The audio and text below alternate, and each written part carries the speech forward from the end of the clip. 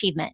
Find out the many ways we achieve student success every day by clicking our icon at TaylorvilleDailyNews.com and go Tornadoes.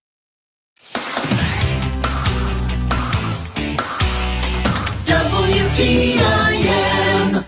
You're listening to the WTIM Morning Show on your information station. The show is sponsored by People's Bank and Trust, where they put people first, and Landmark of Taylorville. I'm your host, Reed Kamai, and we're beginning to see some of those warmer weather days at this time of the year. And, maybe we'll start to see them a little more consistently than we have. If you're thinking about making a vegetable garden this season, then the University of Illinois Extension wants to help you and make that vegetable garden go as well as possible. And especially does Andrew Holsinger, horticulture educator at the University of Illinois Extension. And he joins me by phone right now. Andrew, thanks for coming on this morning. Hey, it's good to be here. Yeah, good to have you on as always. So I understand that you folks have a whole plethora of resources for creating a vegetable garden or gardens in general on your website. What do you have to say about that? Yeah, we have a lot of resources that people might miss out on if they're not looking for those. And we have our websites organized by topical areas. And so you can click on topics or find the topic of plants. And then under that plants topic, we have info sheets. And so these info sheets give a wide variety of information about gardening, and they're categorized by subtopics. And so we have things like diseases and pests, fruit and vegetable gardening, and there's quite a few things under there to look at. And one of those is when to plant. And so we need to be thinking about when we're going to be planting. And when we plant our vegetables can also relate to when we start our vegetables, because when I woke up this morning, we had frost on the window. And so I had to clean my window, and eventually we'll have a frost-free time period, and that'll be a time where we can more adequately plant outside. But we could be starting seeds and getting things ready for the garden. And so a lot of gardening is planning and getting an idea of what vegetables you're going to plant. And so taking those proper steps to find that sequence of time, because it is a time investment whenever you're vegetable gardening. You're going to have to be able to have the time to possibly weed and harvest those vegetables. So you have to find time in that busy schedule of yours to find time to garden. Yeah, so there is a lot to consider. You talked a little bit about that information. Where can folks go to find it? Extension.illinois.edu/plants/info sheets will take you to that web page, and you can scroll through and find lots of information. We have information about seeds, on how to save seeds, the seed viability and germination, of how to maybe test for your germination to see if your seeds are still good that you may have carried over from last year. Information about growing a salsa garden, and again, when to plant those vegetables in Illinois is a helpful sheet, an info sheet, but you have to be aware that they also have the other locations. We have a long state with northern and central and southern Illinois, so there is a specific guide for central Illinois planting, and it gives you the specifics on whether those seeds are best to be put directly into the ground or direct seeded, or if you can grow transplants and transplant those. They usually are warm season plants. We like to develop those transplants to develop them over the time and have a larger plant, more productive when we put those into the garden. Okay, so a lot of different factors to consider, right? With location and with what the plant is. And I was just looking at that website just now that you gave, again, extension.illinois.edu/plants/info sheets, and that last one there is all one word. I mean, it's probably close to 100 of these of these info sheets that I see here, and like you mentioned, right? They've got the different categories. I'm curious if you have authored any of these.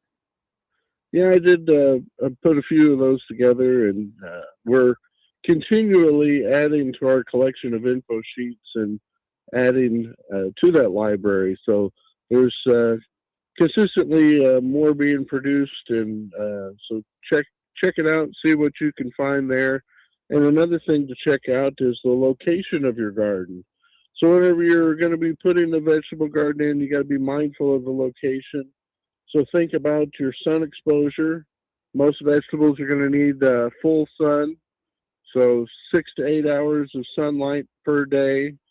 You're also going to need a very important factor of water. So how are you going to get water to the garden? Is water accessible to the garden to where you can water the garden in those dry times? And we've had some dry weather in the past, and we've had wet weather here in the recent times. So just have to plan for the variation throughout the season and make your best choices. Putting down a mulch layer can be beneficial to conserve moisture, and it can also help to prevent some of those weeds. Yeah, so thinking about the mulch there, I guess for someone like me who doesn't really have a vegetable garden, has never planted one, at least not on his own. What do you suggest, at least in terms of the resources, or any other tips you have for kind of starting your very first one? I think with your first one, you should probably start small.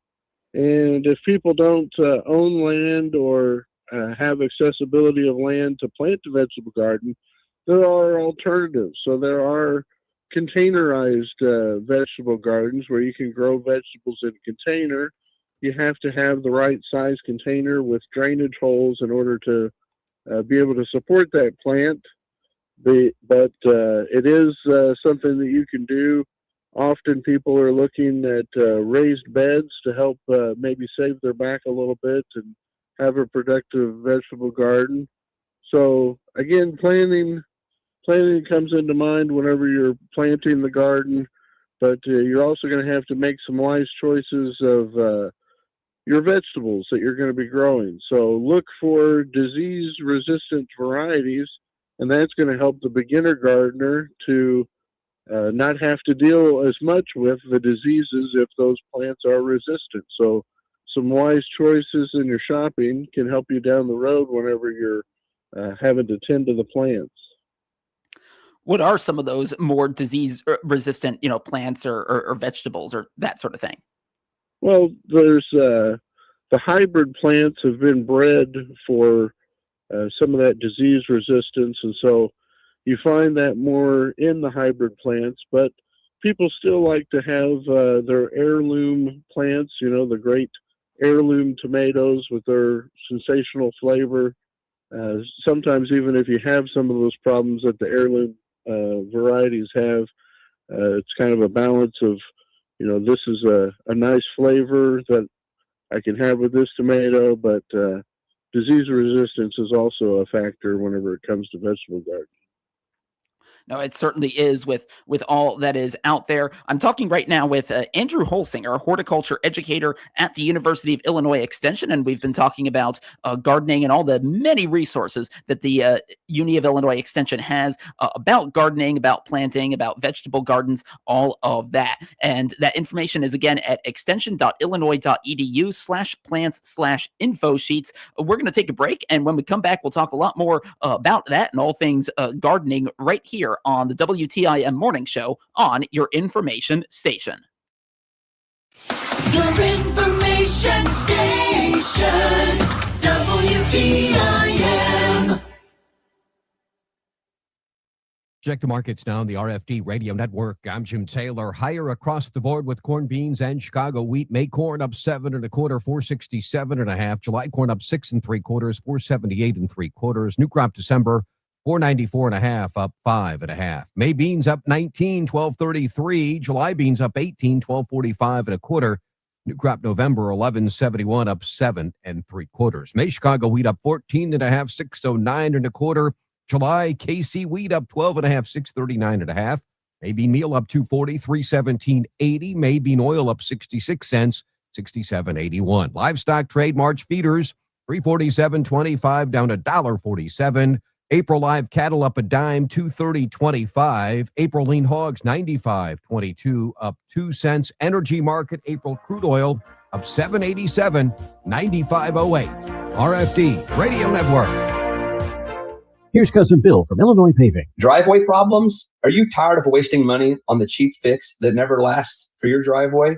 If you want your driveway fixed correctly and you're looking for the best bang for your buck, not just a cheap overnight fix, call Cousin Bill at Illinois Paving. We're not always the cheapest, but we feel like the extra money you pay is going into your driveway and not just our pocket. If you want the best bang for your buck and extra material in your driveway, call Cousin Bill at Illinois Paving. 788-7777. Hey, Taylorville, Pana, and Shelbyville, Sparklight says listen up for these great internet offers. Right now, take advantage of plans starting as low as $29.95 a month. Sparklight provides you with local, reliable internet on their fiber-fueled network. All of Sparklight's internet plans have unlimited data with no any contracts or commitments. Sparklight is local with local offices and offers 24/7 U.S.-based tech support. And with Sparklight Internet, get whole home Wi-Fi. Get connected with Sparklight in-store, online, or by phone.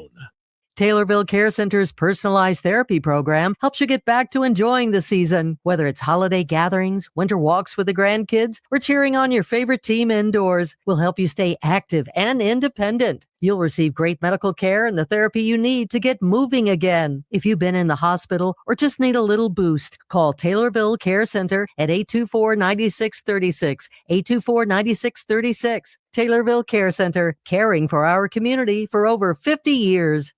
With over 8 hours a day of agriculture programming weekdays and 2 hours on Saturdays, WTIM AM, FM, and online is your ag information station. Listen by tuning in on air or online and listen to WTIM Ag podcasts anytime.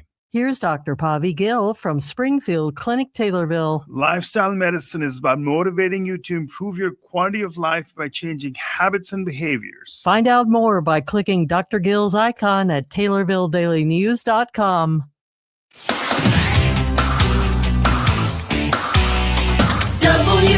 WTIM. Welcome back to the WTIM Morning Show on your information station. The show is sponsored by People's Bank and Trust, where they put people first, and Landmark of Taylorville. I'm your host, Reed Kamai, and I continue my conversation with Andrew Holsinger, horticulture educator at the University of Illinois Extension, and we spent much of the first segment talking about the whole host of resources surrounding gardening that they have on their website, extension.illinois.edu/plants/info sheets. Andrew, I'd love to turn our attention now to the lawn, because I know some folks are thinking about that as well. More, the lawn tends to be more, frequently visible, I guess. Although you and I were talking a little bit during the break, and you were saying that some of that care is actually typically more meant for the fall. And I'd love to hear a little more about that and what folks should expect if they're trying to care for the lawns this summer. Yeah, the lawn, as far as establishment or renovation, if you're going to do a major renovation and be putting, a new area that you have grass seed to be planted. Grass seed, when it's planted, it usually does better to be planted in the fall. And so that gives it time to establish a root system, get developed. And you don't have, like as we've had recently, a lot of rain. So that the seed could wash away. You have the factors of trying to get out and to prepare the seed bed and avoid the mud whenever you're out on the lawn. Whenever it's wet, you're having compaction, you're compacting the soil, and that's not a benefit. So looking for the timing of planting the lawn, it's better to do in the fall. But there are some things for the lawn care that you can do in the spring, and one of those that often gets missed is crabgrass prevention. With some crabgrass preventer product application, you have the timing of when the crabgrass is going to germinate, and that's based on soil temperature. And so you're looking for when those soil temperatures get about 60 degrees Fahrenheit for 3 to 5 days and the 1/4 inch level. That's when the crabgrass starts to germinate. And so you want to have those preventative herbicides put down before that time frame. And so there is a helpful growing degree day tracker that helps with the forecasting of that. That's put out by Michigan State University. That's www.gddtracker.net. And it gives you a pictorial. You can put your zip code in. You can find out what stage of that window that you're in for your particular area. And it looks like we haven't missed the window yet. So be mindful of that, we have things that we can be doing in the garden. Pretty soon it's going to be Arbor Day, and people will be planting trees and caring for their lawns and doing all things that they can in the landscape. Okay, so it sounds like the window of opportunity for the crabgrass prevention that you were talking about is yet to expire. So you're saying that you apply the crabgrass prevention, or take whatever steps you were talking about before putting in the grass, the initial grass seed. Is that what you're saying? Well, I'm saying before that. That's another thing to think about is you want to avoid some of your herbicides whenever you're planting seed. That's something that can happen is you can have a counter effect of you're trying to plant grass seed, but you've had this residual from the herbicides that you've applied. So you have to be sure and read the labels and make sure on what you're applying is applied properly. But the main thing for crabgrass prevention is that temperature threshold with the soil temperature. Once that has germinated, it's harder to control. You have better time of prevention if you've had these preventative herbicides applied as a prevention to the crabgrass developing. Okay, so some timing to consider there as well.